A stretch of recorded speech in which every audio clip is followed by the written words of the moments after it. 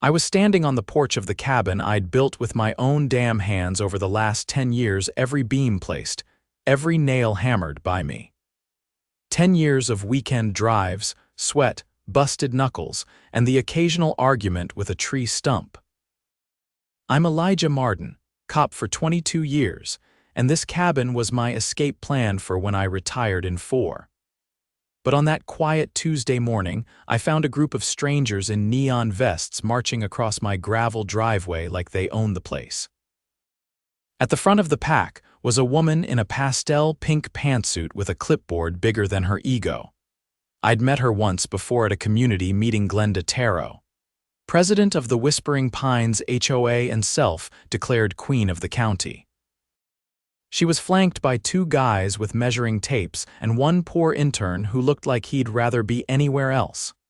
"Excuse me," she called out with that high-pitched chirp people use when they're trying to sound polite but are actually furious. "You're trespassing on HOA property." I raised an eyebrow.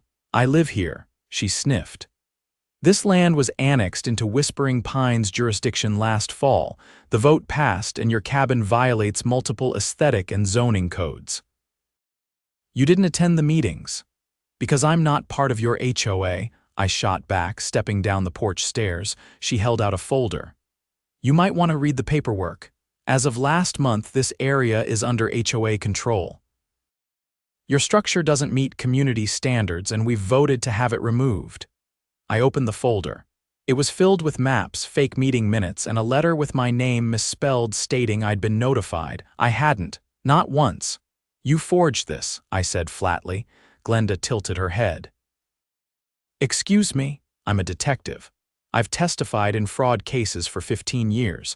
This letter has a fake signature and a non-existent notary seal. You didn't notify anyone. This is a land grab." She blinked, then narrowed her eyes. "You can call it what you want, but the backhoe arrives at noon. Your cabin is coming down." I don't know what made me angrier, the arrogance or the fact that she thought I'd just roll over and let her bulldoze a decade of my life. I took a photo of the documents she handed me, then walked back inside and locked the door. They stood there, mouths flapping, while I pulled out my own folder, one that held the original land deed, permits, and the county's official zoning maps. I'd kept every receipt, every notice, every signature. Because when you've spent 10 years building a dream, you don't leave anything to chance. I made 2 calls, one to the county clerk's office and one to my buddy Nalan, who worked in zoning enforcement. By the time I stepped back outside, Glenda and her crew had started measuring the distance from my porch to the tree line. "You've got about 2 hours before you're all trespassing," I said. She tried to laugh it off. "You can't stop a community decision." "You're not a community. You're a power-hungry HOA with a fake vote and no legal authority here." She waved her clipboard. "We'll see what the sheriff says," I smiled. "Funny, I work with him. You'll be seeing him real soon." By 11:30, the gravel road leading to my property was lined with 2 county trucks, one unmarked sheriff's vehicle, and a rusted red hatchback that belonged to Nalan, who had apparently dropped everything the moment he heard the word annexation. I stood at the edge of my porch, arms crossed, watching the supposed HOA volunteers scramble to look busy. Glenda still hadn't left. Now she was pacing in front of a pine tree, tapping her pen against her clipboard like she was orchestrating a military operation. The pink pantsuit had picked up a streak of dirt on the hem, and that alone made the morning feel like a win. Nalan jogged up the steps 2 at a time, his boots leaving dusty prints on the boards. "Got your message," he said, flipping open a worn leather folder. "Pulled everything we've got on Whispering Pines. There's no record of a boundary expansion. Not through zoning, not through the county register, not through planning, nothing." I motioned toward Glenda. "They filed fake documents, claimed they held a vote, said the land was under their control." He raised an eyebrow. "Did they now?" I nodded. "And they brought a backhoe." He looked past me toward the far end of the clearing, where a contractor in a high-vis vest leaned against the massive yellow machine, chewing sunflower seeds like this was just another Tuesday.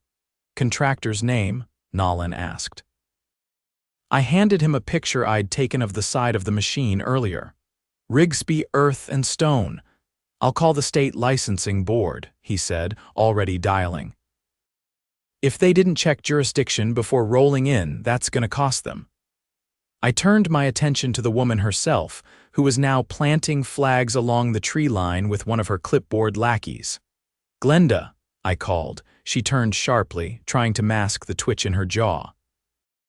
You're interfering with a legal removal. You'll want to speak to my friend first.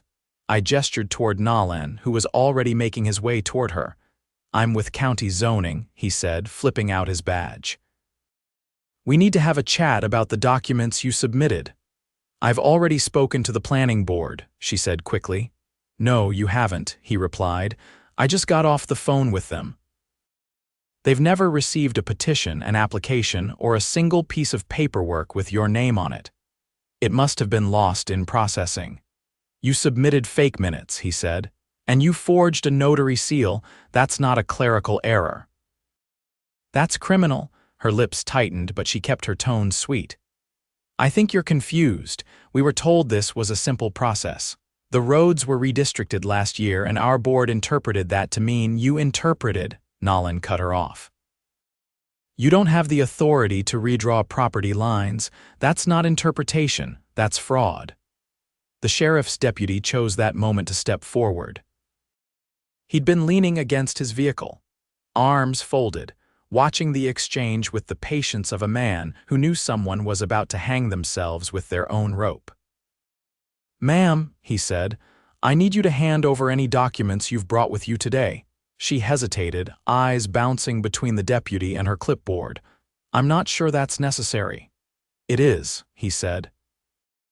And if you refuse, I'll be forced to consider you in willful obstruction of a county zoning investigation. She handed over the clipboard. The deputy flipped through the pages, then held one up to the sunlight. This signature here. Who is Douglas W. Kinnard, our notary. There's no notary registered in the state under that name, he said, and this seal doesn't exist in the state database. Everything on these forms is fabricated. Glenda's mouth opened, then closed. Her team had stopped flagging trees and were now slowly backing away toward the road. Deputy, Nalan said, you'll want to secure the equipment too. If they start demolition, they're liable for destruction of private property, and that contractor's license could get pulled. The deputy nodded. Already radioed it in. Tow trucks on the way. I stepped off the porch and walked right up to Glenda. You came here thinking I'd panic, I said. You thought you'd steamroll me with a few fake papers and a bright vest, but you picked the wrong address. She didn't respond. Her gaze was locked on the clipboard as if she could will it into legitimacy. You're going to be facing charges, Nalan added. Forgery, attempted fraud, trespassing, possibly conspiracy. I'd get a lawyer. This was supposed to be simple, she said finally, voice low now. We needed the land for the new trail extension. The board already spent money on the landscape design. You spent HOA funds on a project that wasn't legally approved, Nalan asked. You'd better hope your board has liability insurance, because your homeowners are going to be furious when they find out why their dues just vanished. She stared at him, pale now. I was told this would be taken care of, that no one would fight it. Take a guess who told her that, I muttered. Nalan nodded. Wouldn't be the first time a developer whispered in the right ear, I'll run her board's financials. If there's a payment trail, we'll find it. The contractor, sensing the shift in momentum, pulled himself up onto his backhoe and shut it down. Then he climbed down and walked slowly over to us. Look, he said, I was hired for dirt work. I didn't know this was a contested site. I've got a signed work order and a check deposit. You got a problem, take it up with the HOA. Which you'll be refunding, Nalan said flatly. Unless you want your license tied up in a fraud investigation. The guy winced. Fine, I'll walk away. He turned and motioned for his assistant to pack up the gear. By noon, Glenda was sitting in the back of the sheriff's vehicle, her phone confiscated and her clipboard bagged as evidence. Her volunteers had vanished without a word, leaving behind a scatter of flags and a crumpled flyer advertising a community beautification initiative. The tow truck was backing up to the backhoe when Nolan joined me on the porch again. "You really built all this yourself?" he asked, looking up at the roofline. "Every inch," he nodded slowly. "They thought they'd catch you off guard. They caught me on my day off." We both stood in silence a moment, listening to the wind rustle through the trees. Then Nolan pulled out his phone again. "I'm going to file an injunction," he said. "Prevent the HOA from initiating any further action on this side of the ridge until we finish the investigation. County's going to want a formal hearing." I nodded. "I'll be there." He looked at me sideways. "You ever think about running for the board? Might be time the community had someone who actually reads the law." I laughed for the first time that day. "Let's just get through this first, then I'll think about politics," he grinned. "Fair enough." The deputy walked over, holding a folded stack of paperwork. "You're clear for now. We've got enough to bring charges, but you'll want to keep an eye out if she's working with a developer. This isn't over." "I built this place to last," I said. "They'll have to do better than fake paperwork." He nodded and turned back toward his vehicle. Nolan followed, already on the phone with the county auditor's office.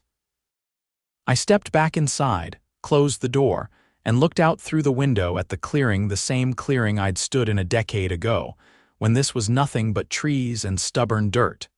They tried to take it in a day. They didn't realize I was carved from the same wood as this place. And I don't bend. 2 days after Glenda was driven off the property in the back of a sheriff's cruiser, I got a call from the county prosecutor's office. They wanted a statement, not just about the forged documents or the attempt to bulldoze my place, but something bigger. Something they'd uncovered after Nolan handed over the HOA's financial records and board meeting logs. I drove down to the courthouse with a binder under one arm and a flash drive in my inside jacket pocket. 5 minutes into the interview, Assistant District Attorney Carla Mendez leaned back in her chair and exhaled like she'd just opened a rotten fridge. "You know how many fake invoices are buried in here?" she asked, flipping through the spreadsheet Nolan had compiled. "They've been funneling HOA dues into personal accounts, shell landscaping companies, overpriced consulting fees, even a children's park that doesn't exist." I leaned forward. "What's the total?" "Just under $320,000 over the last 4 years. She tapped the edge of the folder. "And that's just what we found in the first pass." I nodded. "What about the trail extension Glenda mentioned?" "She initiated a purchase agreement with a private developer. Whispering Pines was planning to sell off 5 parcels of undeveloped land. Some of it isn't even zoned for construction. Your property wasn't on the original list. She tried to loop me in after the fact." "Exactly. She needed that land to meet the developer's minimum acreage requirement. Without it, the whole deal falls apart." I sat back. "So this wasn't about aesthetics or zoning. It was about sealing a real estate deal." Carla closed the file. "And it looks like she wasn't acting alone." I looked up. "Other board members," she nodded. 3 of them, including the treasurer. We have documented communications between them and the development firm. Meetings at restaurants, wire transfers, promises of kickbacks if the deal went through.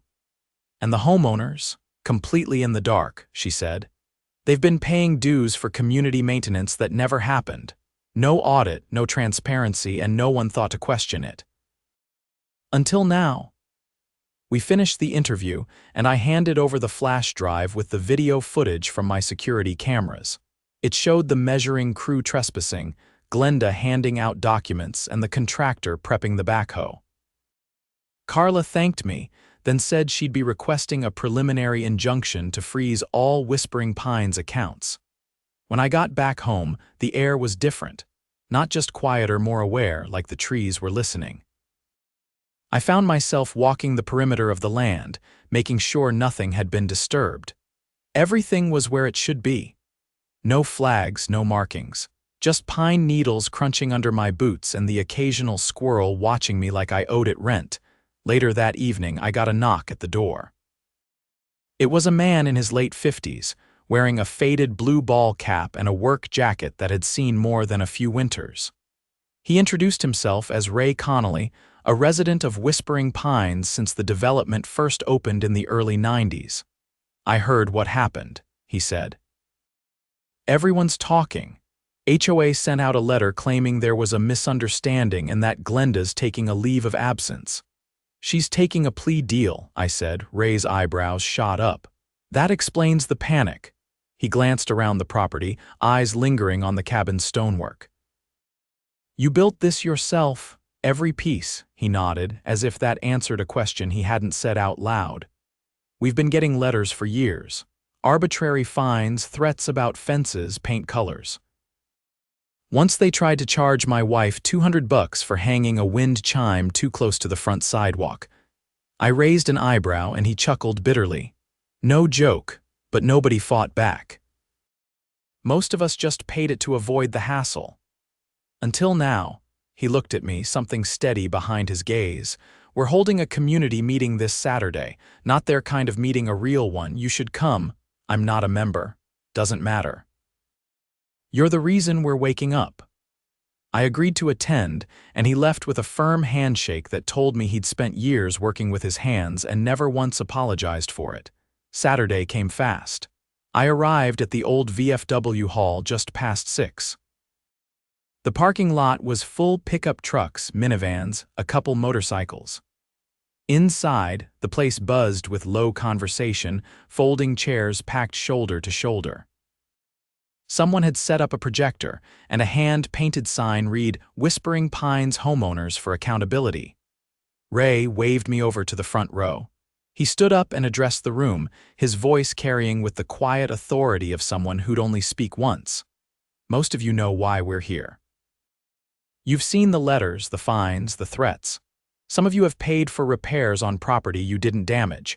Some of you lost money when the HOA denied permits for improvements, then approved the same changes for their friends." He paused, letting that sink in.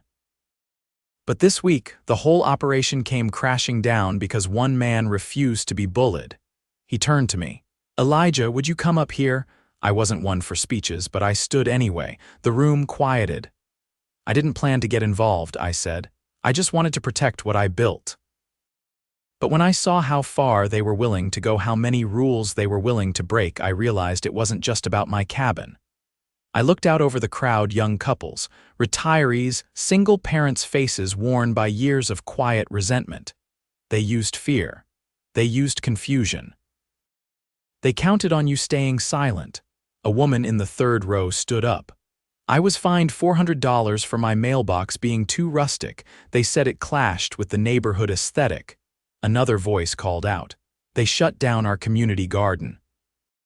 Said it was attracting bees." Laughter rippled through the crowd, bitter but united. Ray stepped up beside me. "We're starting a petition to dissolve the current board and appoint a transitional committee. We're also requesting a forensic audit of all HOA spending from the last 5 years." Cheers erupted, louder than I expected. A man in the back raised his hand. "What about the land deal?" "The developer," I answered. "The county's stepping in, the contract's being voided. Glenda and 3 board members are facing felony charges. The accounts are frozen. No more backroom deals." Someone shouted, "About time." That night, I stayed long after the chairs were stacked and the lights dimmed. People came up one by one, shaking my hand, telling their stories. A nurse who was threatened with foreclosure after missing one payment. A teacher fined for planting native wildflowers. A veteran who'd been warned about flying his service flag too high. When I finally left, the parking lot was nearly empty. The air was cool, and for the first time in a long while it felt like something had shifted. Not just in the neighborhood, but in the people. At home, I sat on the porch with a cup of black coffee, staring out at the dark outline of the trees. My phone buzzed an email from the county clerk. They'd approved a motion to strip Whispering Pines HOA of its charter pending the investigation. A court-appointed administrator would oversee the transition. I closed the email and leaned back in my chair. They thought they could take it all in one day. They didn't know I'd spent 10 years building more than just a cabin. I'd built a line no one crosses. And now, the whole damn town knew where it stood. The county's administrative freeze on the Whispering Pines HOA went into effect 3 days after the community meeting. By the following Monday, a court-appointed forensic auditor named Rachel DeWitt was sitting at a folding table inside the Whispering Pines clubhouse with a laptop, 2 boxes of receipts, and zero sympathy for the mess she was digging through. She called me personally after she uncovered what she called a pattern of intentional concealment. According to her, the HOA hadn't just been mismanaging funds, they'd been laundering them. A separate LLC, registered under the name Pinewell Consulting, had been used for years to funnel inflated service contracts and fake maintenance orders. The kicker: that LLC was registered to the treasurer's brother-in-law, who lived 2 states away and had never once visited the property. I met Rachel in the clubhouse that afternoon. She was in her 40s, sharp-eyed, and moved with the no-nonsense energy of someone who'd spent her life untangling financial disasters. The clubhouse looked nothing like the pristine community center the HOA's newsletters had described. The carpet was stained, the ceiling tiles warped from old water damage, and the so-called fitness area was just a broken treadmill and a weight bench with no weights. They inflated the budget for this building by nearly $40,000, she said, tapping her screen. But no licensed contractors pulled permits for any renovations. I traced the payments to Pinewell, and Pinewell sent the money straight to a personal account under Glenda's name. Direct deposit, I asked. She nodded. Weekly transfers, small enough to avoid suspicion, but over time it added up. $112,000 just from this facility alone. That doesn't include trail maintenance, landscaping, or the so-called neighborhood security program. I leaned against the wall and let that settle. What security program? Rachel turned her screen toward me. They billed residents for monthly patrols. According to their records, they were paying a contractor named Summit Watch Services, but the address on file, it's a P.O. box in a strip mall next to a vape shop. I rubbed my jaw, processing it all. How do you want to handle this? I've already submitted a report to the county prosecutor. They're drafting a criminal complaint. There's enough here to go after Glenda, the treasurer, and 2 additional board members for wire fraud, conspiracy, and criminal misappropriation of funds. Possibly even RICO charges if we can prove the LLC was part of a broader scheme. I looked around the clubhouse again. You think they pulled this off without help? Rachel hesitated. That's the part I wanted to tell you in person. We found email exchanges tied to a private Gmail account. Password-protected PDFs, invoices marked confidential developer coordination. The attachments indicate a relationship with a regional property firm, Crestwood Development Group. They've been quietly buying land around the perimeter of Whispering Pines for the past 18 months, trying to build a new subdivision or expand an existing one. Either way, Glenda promised them your parcel as the final piece. The emails make it clear. If the HOA couldn't get voluntary compliance, they'd fabricate a code enforcement process, declare the property in violation, and initiate removal under the guise of community improvement. That's why they brought the backhoe. They never expected anyone to challenge the paperwork. I took a long breath.